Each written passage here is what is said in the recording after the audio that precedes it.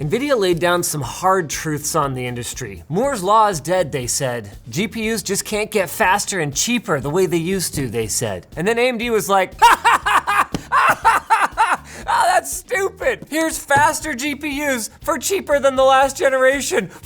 Got 'em. Introducing the Radeon RX 7900 XT and XTX. I want to make this very clear. These are not exactly value GPUs. They're still coming in at $900 and $1,000 US for the XT and the XTX respectively. But they are significantly less expensive FPS per dollar, if AMD is to be believed, than Team Green, and they are $100 less expensive each than the last generation top and almost top cards from the 6000 series. So let's go ahead and take a closer look at these bad boys. It gets even better as we go. Not only are these cards delivering up to in the range of 70% better performance than last time around, but look at this.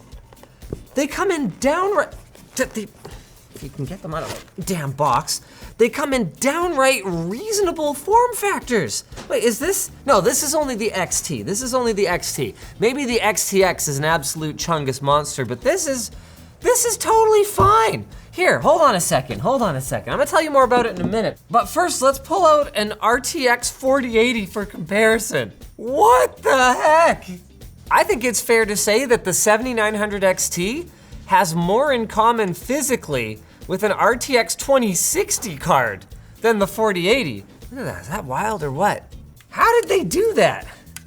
Well, for one thing, it's rumored that the RTX 4080 and 4090 were supposed to be even power hungrier than they ended up being, which might be why the coolers for them are so overbuilt for their final TDPs. The other reason is that, as I just alluded to, AMD's power consumption for these cards is, to be clear, very high at 300 and 355 watts for the XT and the XTX respectively, but that's still within the range of what you can do in a dual slot, ooh, not quite dual slot, almost dual slot, but only full height card design. That's one of the really big ones, how much taller cards have gotten over the last little while, especially if you want to build a small form factor machine or something like that. You've really run out of high performance options. Another thing, aside from performance that we can talk about here, is the display outputs. We've got HDMI, DisplayPort, other more different DisplayPort, and USB Type-C on the AMD reference cards. But the coolest thing about this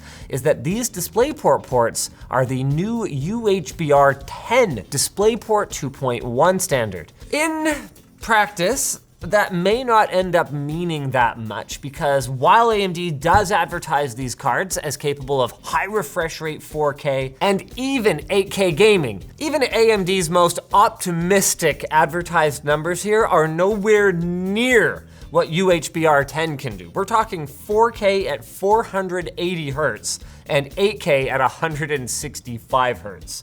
I mean, it's worth a try, but I don't think that's gonna happen. While we're going over the physical attributes of the cards, power.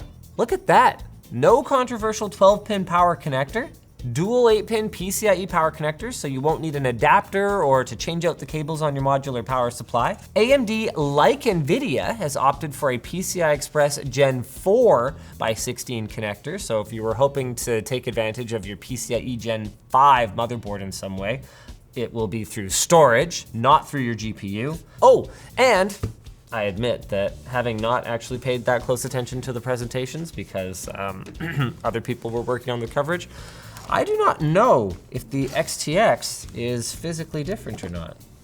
Is it this? Is it a little taller? It's a little taller. It's a taller boy. If you wanted to know what 55 watts looks like that. that much more.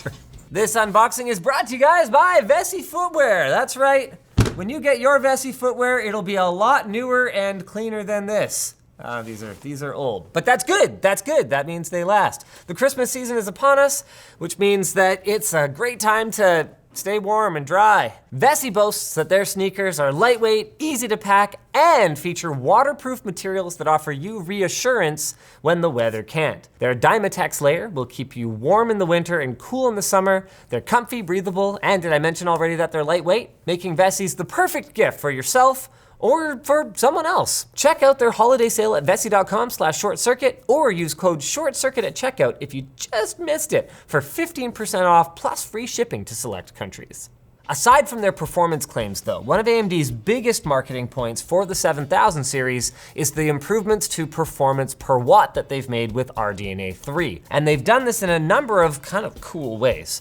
So first of all, they're using a combination of TSMC's 5nm and 6nm processes to build the first ever chiplet GPU. There are some functions that they can't move off of the main die, like compute hardware, graphics hardware, and display and media engines. That main die is built on TSMC's 5nm process, so they can pack as much as possible in, and they really did. I mean, this thing's got literally twice as many stream processors as AMD's previous flagship card. But they were able to move their GDDR6 controllers and other I/O functions onto these either 5 for the XT or 6 MCDs or memory cache dies. And the reasons for this are twofold.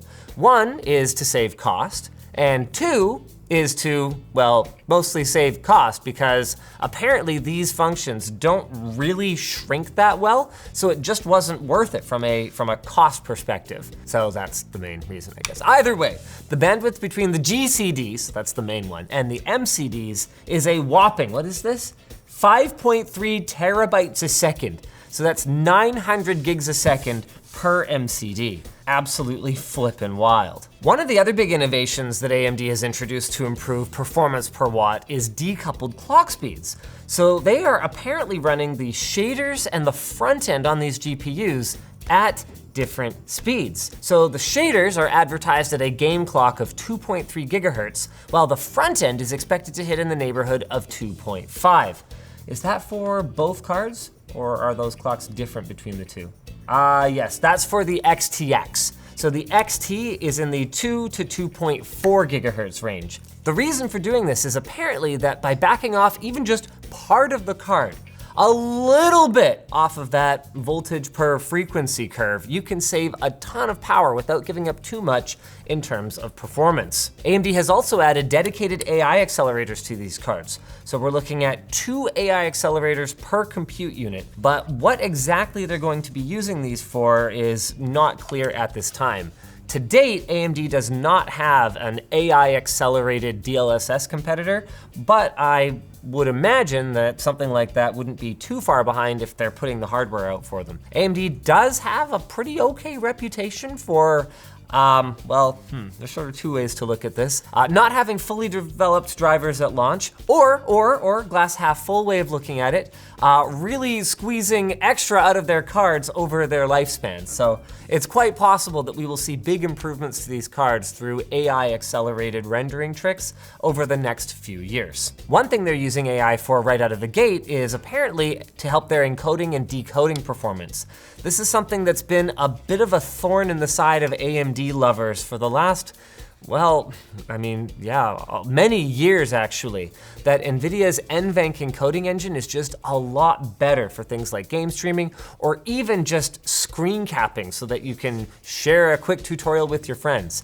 I'm really hoping that AMD's H.264 and H.265 are going to be much better performance than before, and more than that, I'm hoping that I don't have to worry about H.264 and H.265 for much longer because AV1 will just take over and be the industry standard, and AMD's AV1 encoder will be great, and that's what I'm really rooting for here. The XT has 20 gigabytes of GDDR6, while the XTX has 24 gigabytes of GDDR6, and we're expecting a performance delta between the two of them of somewhere in the neighborhood of, wait, is AMD even talking about that yet?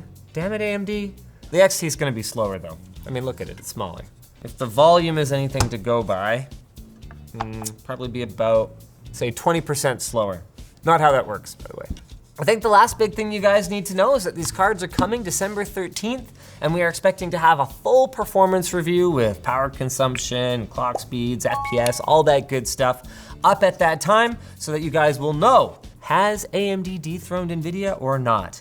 Well, we all know the answer to that. Even AMD is not comparing these cards to the 4090, but come on, that's a $1,600 card. Who cares? If you could have like 4080 performance for $900 or $1,000 instead of $1,200, I think you'd be maybe not happy, but you'll take it. Just like you'll take the end of this video. Subscribe to Short Circuit.